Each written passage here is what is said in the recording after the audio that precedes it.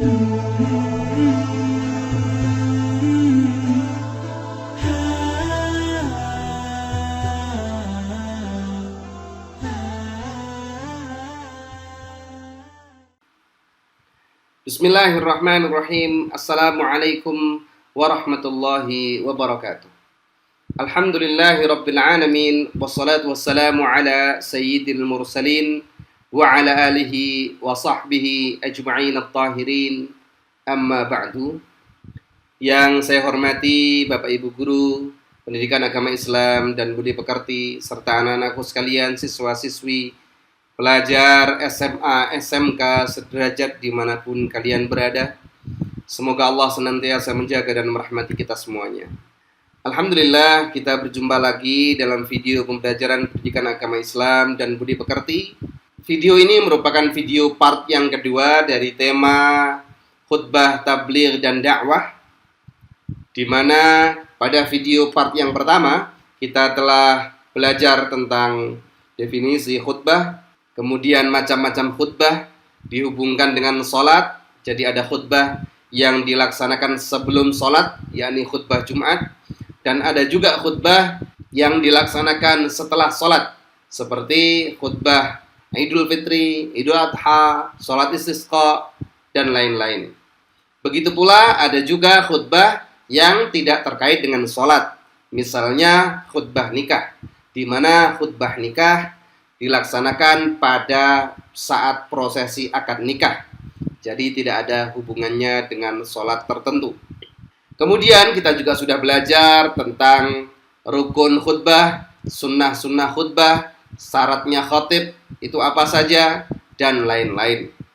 Nah, pada pertemuan kali ini kita akan melanjutkan pembelajaran kita masih terkait dengan submateri khutbah.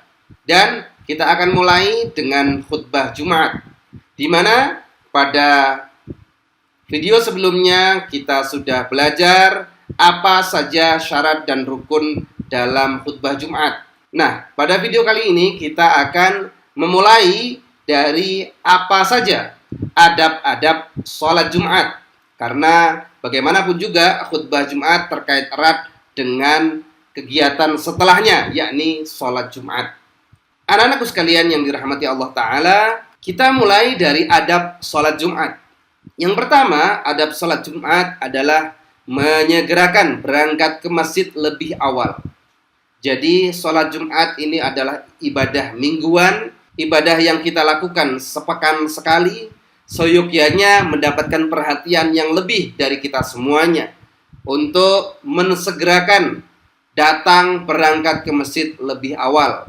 Hal ini sebagaimana diperintahkan oleh Allah Ta'ala dalam surat Al-Jumu'ah ayat 9. A'udzu billahi minasyaitonir rajim. Bismillahirrahmanirrahim. Ya ayyuhalladzina amanu idza nudiya lis-salati min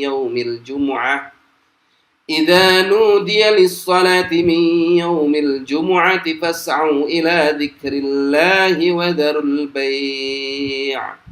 Dzalikum khairul lakum in kuntum ta'lamun. Shadaqallahul azim. Artinya, wahai orang-orang yang beriman, apabila telah diseru untuk melaksanakan salat pada hari Jumat, maka segeralah kamu mengingat Allah dan tinggalkanlah jual beli. Yang demikian itu lebih baik bagimu jika kamu mengetahui. Quran surat Jumu'ah ayat 9.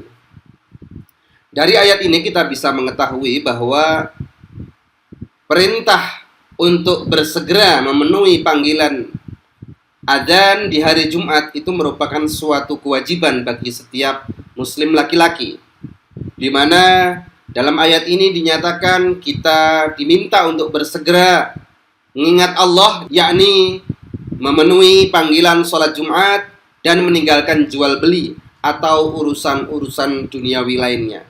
Jadi semua hal harus ditinggalkan pada saat kita mendengarkan adzan Jumat dan bersegera untuk memenuhi panggilan itu.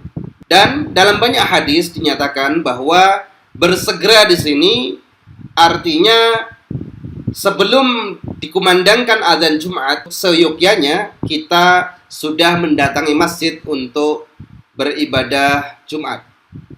Sebagaimana disebutkan dalam sebuah hadis bahwa mendatangi masjid dalam rangka sholat Jumat bersegera di awal waktu merupakan sebuah keutamaan. Berikut ini adalah sebuah hadis yang diriwayatkan oleh Bukhari dan Muslim, di mana Rasulullah Muhammad SAW bersabda, siapa saja yang berangkat sholat Jumat pada jam pertama, seolah-olah ia berkurban dengan unta. Siapa saja yang berangkat pada jam kedua, seakan-akan ia berkurban dengan seekor sapi. Siapa saja yang berangkat pada jam ketiga, seakan-akan ia berkurban dengan kambing bertanduk. Siapa saja yang berangkat pada jam keempat, seakan-akan menghadiahkan seekor ayam jantan. Siapa saja yang berangkat pada jam kelima, maka seakan-akan menghadiahkan sebutir telur. Setelah imam keluar, maka catatan amal sudah ditutup. Qalam atau pena yang digunakan untuk menulis para malaikat pencatat amal sudah diangkat dan para malaikat berkumpul di mimbar untuk mendengarkan zikir. Siapa saja yang datang setelah itu, maka ia datang hanya untuk memenuhi hak salat dan tidak mendapatkan keutamaan apa-apa. Hadis diriwayatkan oleh Bukhari dan Muslim. Dalam hadis ini, Rasulullah membagi jam waktu kedatangan sholat Jumat itu menjadi 6 jam.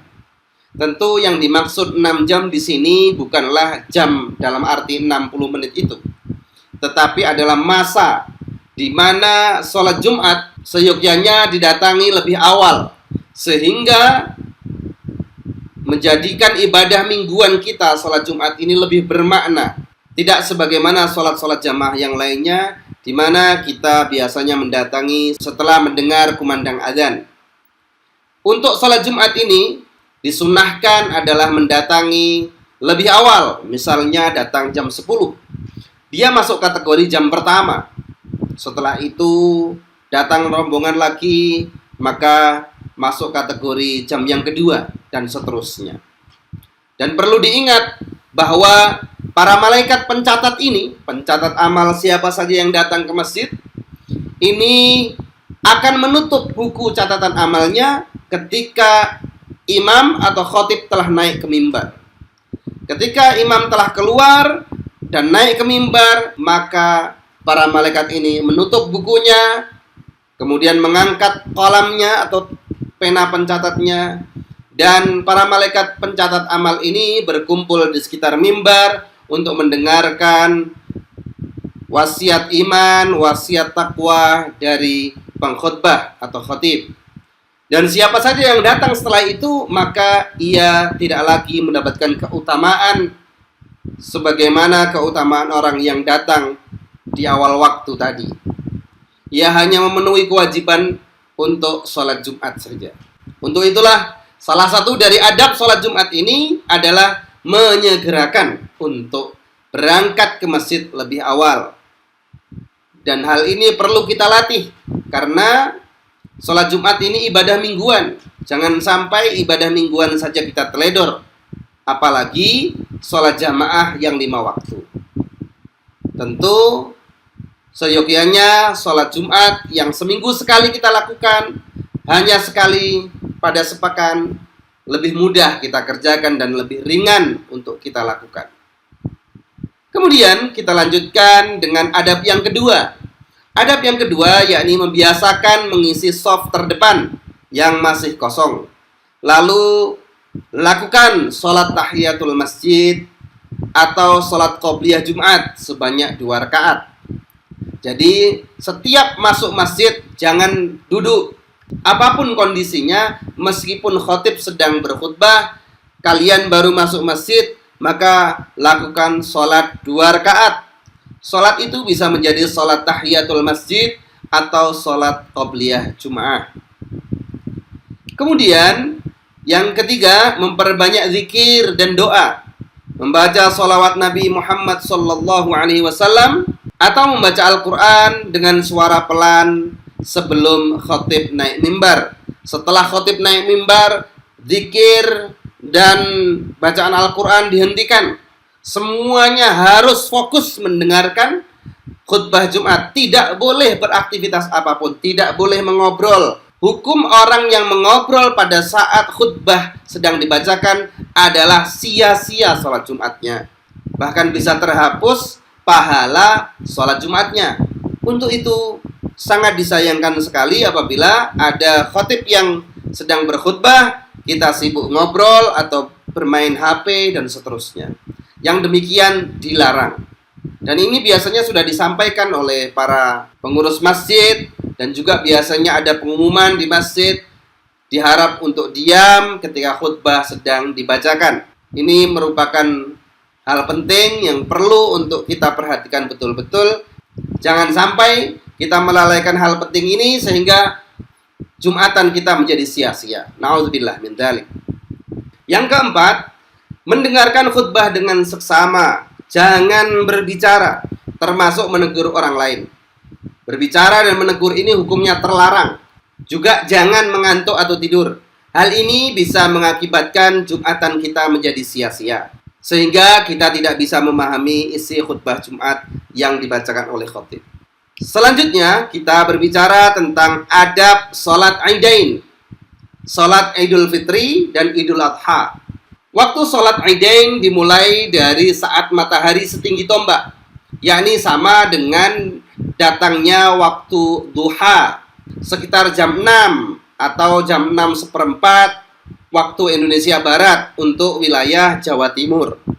Jadi biasanya waktu jam 6 itu sudah diadakan pengumuman, kemudian jam 6:04 atau setengah 7 sholat Aid dimulai. Sampai waktu zawal, matahari bergerak ke arah barat. Jadi boleh dilaksanakan sholat Idul Fitri atau Idul Adha sebelum habisnya waktu duha atau datangnya waktu zuhur. Tetapi yang umum dilaksanakan di negeri kita ini dan menjadi adat istiadat dari umat Islam di Indonesia dilaksanakan yakni di awal waktu, yakni ketika matahari sudah meninggi sekitar 1 tombak atau sama dengan datangnya waktu duha. Kemudian yang kedua, pelaksanaan sholat lebih utama berada di tanah lapang jika tidak ada halangan. Apabila masjid memang mencukupi, maka di masjid juga utama. Mazhab Syafi'i mengatakan bahwa di dalam masjid apabila mencukupi tetap yang paling utama. Namun demikian Rasulullah telah mencontohkan bahwa beliau meninggalkan Masjid Nabawi untuk melakukan sholat Idul Fitri dan Idul Adha dan pergi ke musola. Musola di sini adalah sebuah lapangan yang disitulah dilaksanakan sholat Idul Fitri dan Idul Adha oleh Rasulullah. Padahal pada saat itu ada Masjid Nabawi yang tentu sholat di Masjid Nabawi lebih utama. Tetapi di situ Rasulullah mencontohkan untuk sholat di tanah lapang. Jadi sholat di tanah lapang itu baik, sholat di masjid apabila masjidnya mencukupi juga baik. Tidak ada yang lebih utama di mana. Ketika masjid memang mencukupi, maka bisa dilaksanakan di masjid. Ketika masjid tidak mencukupi, maka bisa dilaksanakan di lapangan. Tentu menjadikan panitia lebih sibuk lagi karena harus menata lapangan sedemikian rupa sehingga siap digunakan untuk sholat Idul Fitri dan Idul Adha. Yang ketiga, sebelum berangkat disunahkan untuk mandi dan memakai pakaian yang terbaik. Yang keempat, disunahkan makan atau sarapan terlebih dahulu sebelum sholat Idul Fitri dan tidak makan atau sarapan sebelum sholat Idul Adha.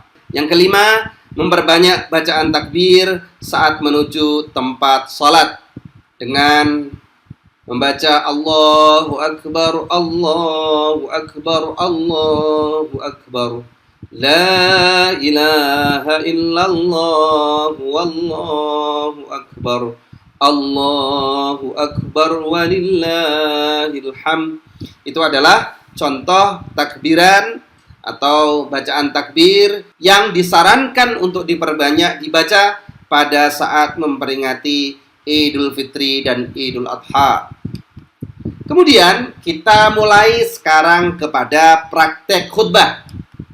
Sebagaimana yang sudah saya jelaskan di awal bahwa khutbah itu terdiri atas dua khutbah, baik khutbah Idul Fitri, Idul Adha, khutbah Jumat ataupun khutbah-khutbah yang lain kecuali khutbah nikah ya. Semua khutbah terdiri atas dua khutbah. Untuk khutbah yang pertama, yakni urutannya sebagai berikut. Yang pertama, khatib berdiri di mimbar yang diawali dengan ucapan salam. Assalamualaikum warahmatullahi wabarakatuh. Kemudian khatib duduk kembali saat dikumandangkan adzan. Ini berlaku untuk khutbah Jumat. Apabila untuk khutbah Idul Fitri dan Idul Adha, maka cukup salam kemudian langsung dilanjutkan khutbahnya. Tidak ada adzannya karena khutbah dilakukan setelah sholat. Adapun dalam sholat Jumat, khutbah dilakukan sebelum sholat. Jadi ketika setelah salam, kemudian khatib duduk, baru dikumandangkan adzan. Yang ketiga, selesai adzan, khatib berdiri dan membaca rangkaian dari rukun-rukun khutbah secara tertib sebagaimana yang telah saya jelaskan di video part 1. Berurutan mulai dari hamdalah, alhamdulillahirabbil alamin. Dilanjutkan dengan syahadat, asyhadu an la ilaha illallah wa asyhadu anna muhammadar rasulullah. Allahumma salli ala sayyidina Muhammad, salawat, dan seterusnya. Dan seterusnya ini diantaranya adalah wasiat iman, wasiat takwa, membaca ayat suci Al-Quran, dan lain-lain. Kemudian yang keempat, materi khutbah hendaklah disesuaikan dengan situasi dan kondisi yang sedang aktual dan terkini, yang diperkuat dengan rujukan atau dalil yang kuat, khususnya yang bersumber dari Al-Quran dan hadis. Yang kelima, penutup khutbah yang pertama. Penutup khutbah yang pertama bisa ditutup dengan membaca beberapa ayat suci Al-Quran, ditutup dengan doa, kemudian duduk. Kita lanjutkan kepada praktik khutbah yang kedua. Selesai khutbah yang pertama, khatib duduk sebentar sambil berdoa memohon ampunan untuk diri sendiri dan orang tua, lalu berdiri untuk khutbah yang kedua. Khutbah yang kedua ini tidak perlu dibuka dengan salam lagi, boleh diisi dengan kesimpulan materi khutbah yang pertama, dengan tetap tidak mengabaikan rukun-rukun khutbah, atau dapat juga langsung membaca rukun-rukun khutbah mulai dari hamdalah sampai berdoa. Jadi diusahakan yang terpenting adalah rukun-rukunnya dulu. Membaca hamdalah, membaca syahadat, bersolawat, berwasiat iman dan takwa, serta ditambah kesimpulan dari materi khutbah yang pertama bila perlu. Bila tidak perlu, bisa langsung dilanjutkan dengan doa dan penutup. Yang ketiga, setelah itu diakhiri dengan membaca doa. Yang keempat, kalimat penutup khutbah yang kedua. Biasanya yang dibaca adalah ibadallah, innallaha ya'murukum bil adli wal ihsan wa ita'idil qurba wa yanha 'anil fahsya'i wal munkar wal baghi ya'idzukum la'allakum tadhakkarun fadhkurullaha al-'azima yadhkurkum washkuruhu 'ala ni'amihi yazidkum waladhikrullahi akbar. Aqimis shalah. Setelah dibacakan kalimat penutup, khatib turun dari mimbar. Bersamaan dengan itu muadzin mengumandangkan iqamah. Kemudian setelah itu imam menghadap makmum, menertibkan shafnya. Mohon shafnya dirapatkan dan yang masih kosong silahkan diisi. Kemudian setelah itu imam memimpin sholat Jumat. Alhamdulillah, kita cukupkan sekian untuk video part yang kedua ini, di mana dengan selesainya video part kedua ini berarti materi khutbah telah tersampaikan semuanya insyaallah, dan kita akan lanjutkan nanti di video part yang ketiga yang akan membahas tentang tabligh dan dakwah. Demikian yang bisa saya sampaikan dalam video yang kedua ini, semoga ada manfaatnya. Kita tutup pembelajaran kita dengan bersama-sama mengucapkan hamdalah. Alhamdulillahirabbil alamin. Mohon maaf atas segala kekurangan ataupun kesalahan. Saya akhiri wabillahi taufiq wal hidayah. Wassalamualaikum warahmatullahi wabarakatuh.